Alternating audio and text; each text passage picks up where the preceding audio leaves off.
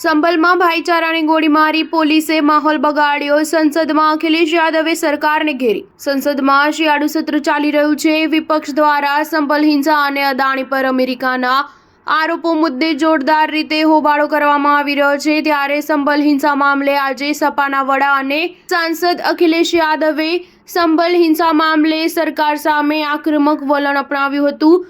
તેમણે કહ્યું કે સંભલ હિંસા એ સમજી વિચારીને રચાયેલું કાવતરું છે। સંભલમાં ભાઈચારાને ગોળી મારી દેવામાં આવી। સંભલ હિંસા મામલે અખિલેશ યાદવે સંસદમાં કહ્યું હતું કે આ વિસ્તારમાં સૌ કોઈ ભાઈચારા સાથે રહેતું હતું, પરંતુ જામા મસ્જિદના સર્વેના નામે માહોલ બગાડવામાં આવ્યો।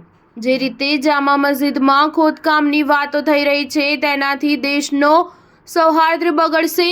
અખિલેશે કહ્યું કે અધિકારીઓ મનમાની કરે છે, સરકારના ઇશારે જ આ બધું થઈ રહ્યું છે। અગાઉ આ પ્રકારનું વર્તન ક્યારેય જોવા મળ્યું નથી। કમ સે કમ જવાબદાર અધિકારીઓ સામે તો કાર્યવાહી થવી જોઈએ।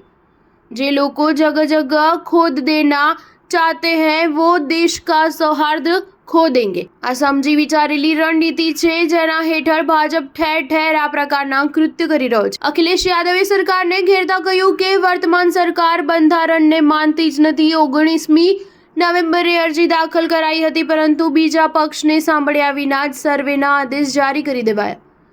એમાંય જો એકવાર સર્વે કરી લેવાયો હતો તો પછી બીજી વખત જવાની શું જરૂર હતી। સપા નેતા અખિલેશ યાદવે સંભલ હિંસા મામલે કહ્યું કે લોકોને પોલીસે નમાઝ પડતા અટકાવ્યા હતા। જ્યારે લોકોએ પોલીસને સવાલ કર્યો કે આ સર્વે બીજી વખત કેમ કરવામાં આવી રહ્યો છે, તો જવાબ આપવાની જગ્યાએ એમના પર ગોળીઓ ચલાવવામાં આવી। સંભલમાં માહોલ બગાડવા પાછળ પોલીસનો જ હાથ છે અને આ કૃત્ય કરનારા અધિકારીઓ સામે કડક કાર્યવાહી થવી જોઈએ। સ્ટાર ન્યૂઝ 7 હંમેશા સચ્ચાઈની સાથે।